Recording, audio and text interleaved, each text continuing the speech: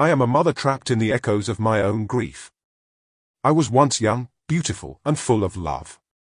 My husband, Edward, was my world, and when I carried his child, I felt complete. We married in spring, with blossoms in the air, and by winter, my belly swelled with new life. Then, one cold night, the pain began. It tore through me, unbearable. Edward held my hand as the doctor worked, but something went wrong. The bleeding wouldn't stop. They forced Edward from the room.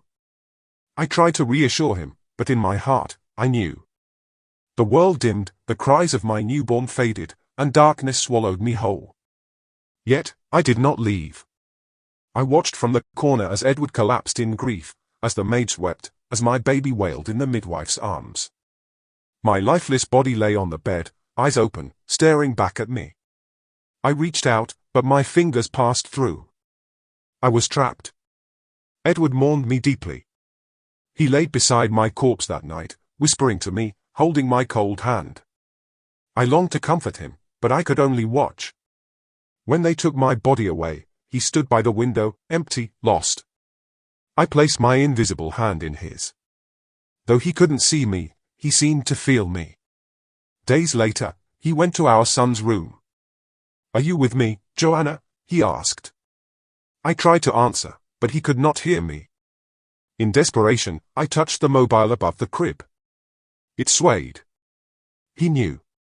He named our son Jonathan, in memory of me. 3 years passed. Edward and I raised Jonathan together, though he could not see me. He spoke to me, felt my presence, and we were a family, until winter came again. Jonathan fell ill. His fever burned, his tiny body weakened, and the doctor's face told us the truth before he even spoke.